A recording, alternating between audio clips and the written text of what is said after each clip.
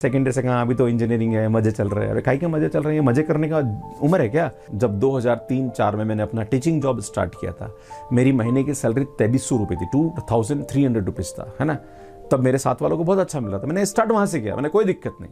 Hello students, मेरा नाम doctor Gajendra पुरोहित है। काफी सारे बच्चों का मैसेज आता है कि सर बीटेक शुरू तो कर दी है पर अब लग रहा है कि गलती कर दी, क्योंकि बहुत सारे स्टूडेंट्स बीटेक कर रहे हैं, हमारे सीनियर्स भी है, पर कहीं ना कहीं जॉब्स नहीं है।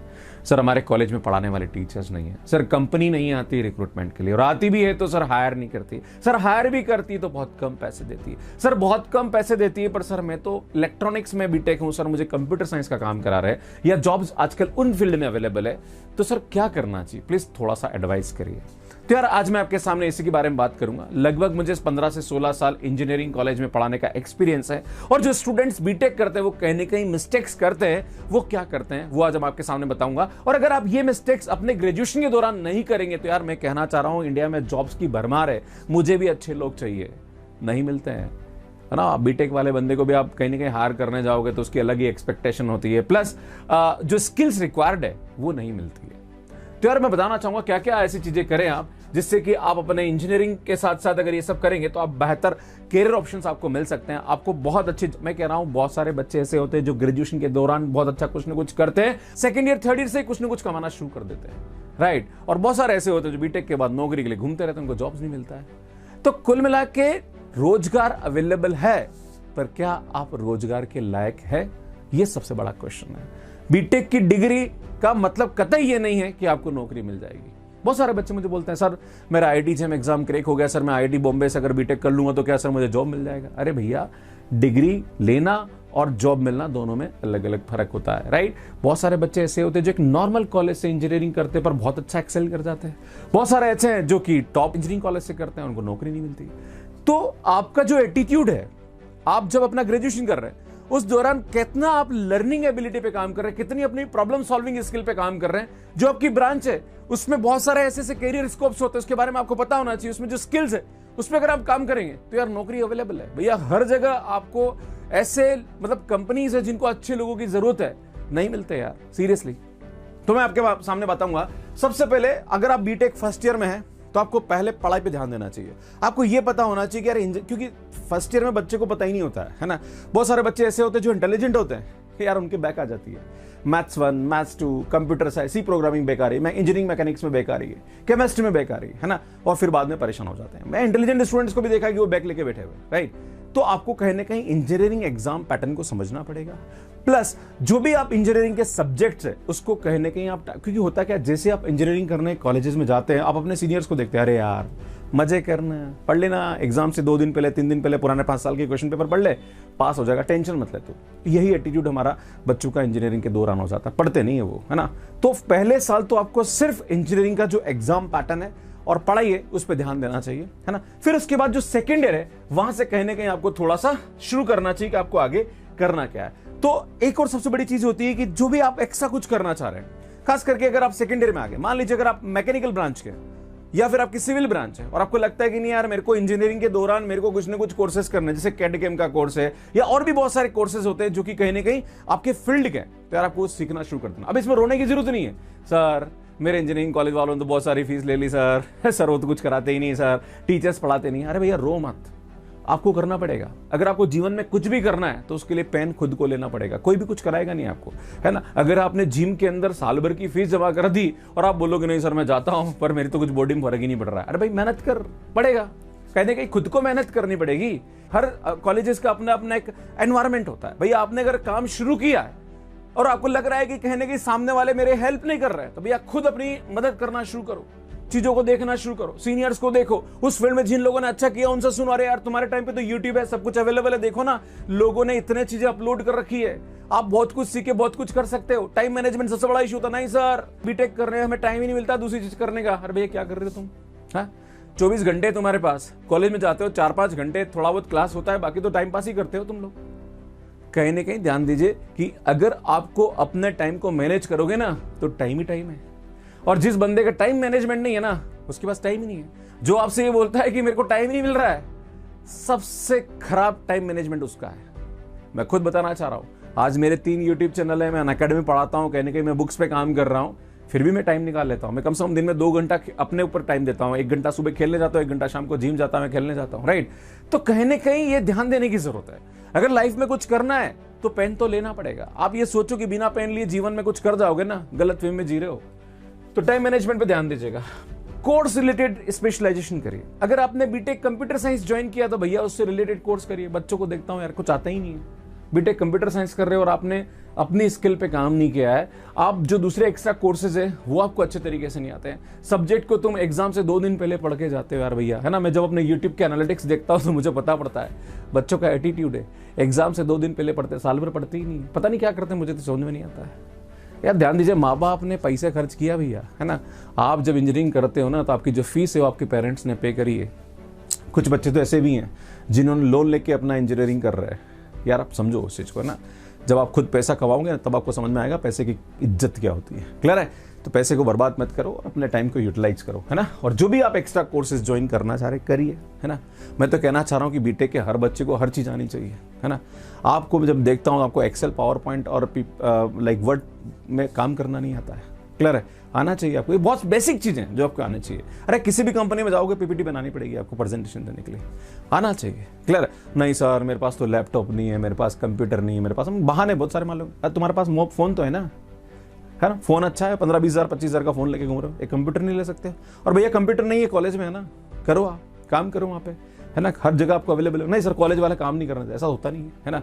अगर आप बीटेक कंप्यूटर साइंस कर रहे हो, गणे कॉलेज में आप कंप्यूटर्स अवेलेबल है, आप करो। आपका डेडिकेशन होना चाहिए काम करने की, सीखने की अगर ललक है ना भैया, जीवन में बहुत कुछ सीखा जा सकता है, बहुत कुछ करा जा सकता है ना। पर इच्छा शक्ति अगर हम बहाने मार के बैठेंगे ना तो जीवन में कुछ नहीं कर सकते, राइट।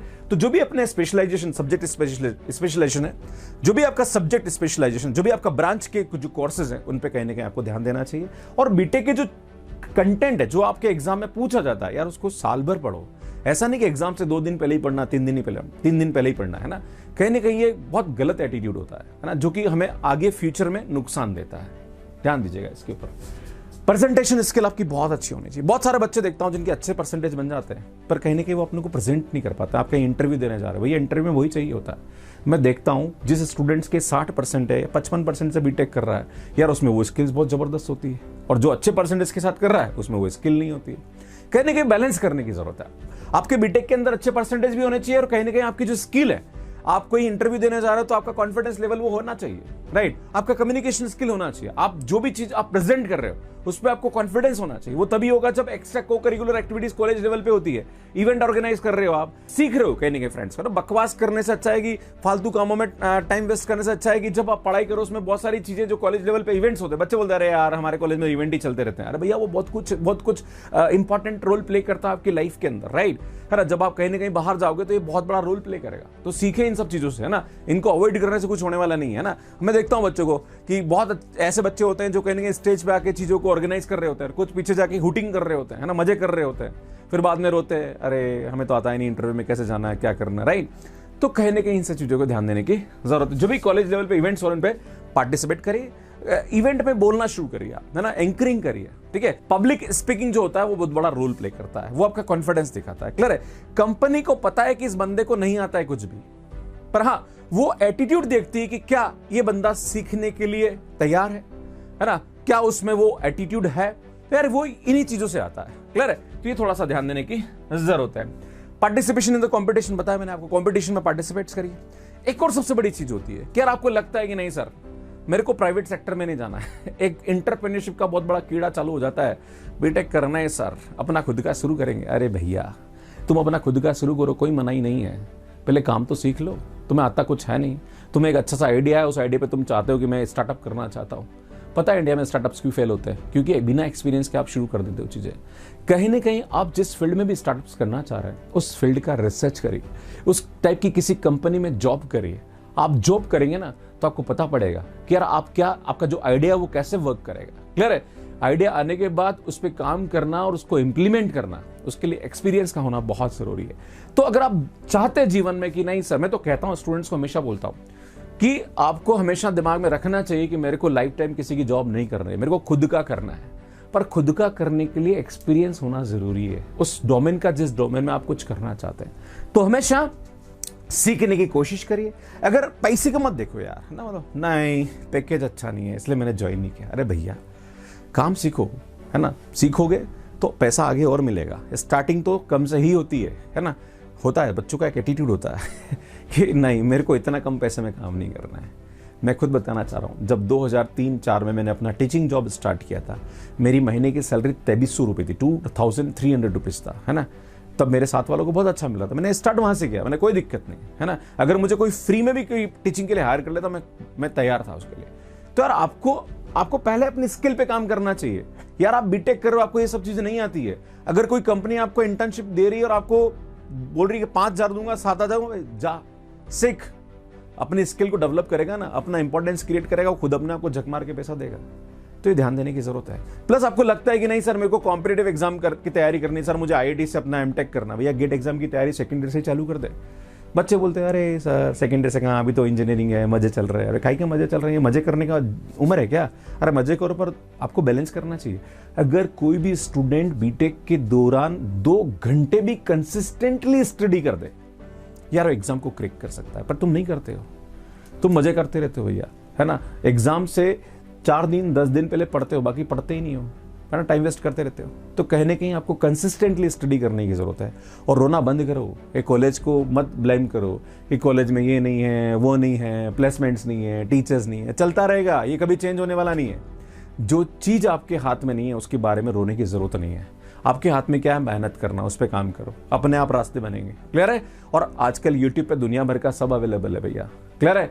पढ़ो, खत्म करो। जिसको एग्जाम से 1 दिन पहले पढ़ते हैं उसको पहले से पढ़ना शुरू कर दो ना यार। आपको लगता है कि M1 M2 M3 है आपके इंजीनियरिंग के सब्जेक्ट से, पढ़ो पहले से ही ना। क्यों एग्जाम का वेट करते हो यार? पढ़ के खत्म करो उसको, ताकि दूसरे पे दिमाग लगाओ। आप कंसिस्टेंटली 2 घंटे स्टडी करना है और कॉम्पिटिटिव एग्जाम की तैयारी करना है तो आप सेकेंड ईयर से स्टार्ट कर दीजिए, है ना। और जो भी आपको लगता है कि सर मेरा बैकग्राउंड गांव से है, सर मैं हिंदी मीडियम से पढ़ा हूं, सर मैं बीटेक कर रहा हूं, मेरी इंग्लिश अच्छी नहीं है, अरे रो मत यार, कर, तू इंग्लिश को इंप्रूव करेगा तो होगा, है ना।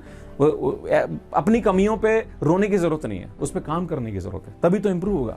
तो ये ध्यान देने की जरूरत है। अगर किसी भी कॉम्पिटिटिव एग्जाम की तैयारी कर रहे हैं, सेकेंड ईयर स्टार्ट कर दी, आपको लगता है कि नहीं मुझे गेट करना है तो गेट की तैयारी शुरू कर दी, आपको लगता है गेट करना है, गेट की तैयारी शुरू कर दी, आपको लगता है कि एसएससी करना है उसकी तैयारी शुरू कर दी, जो आपको लगता है उसकी तैयारी सेकेंड ईयर से स्टार्ट कर दीजिए और लग जाइए और बैलेंस करिए। ऐसा नहीं कि लग गए तैयारी करने, बीटेक में बेके लगना चालू हो गई, है ना।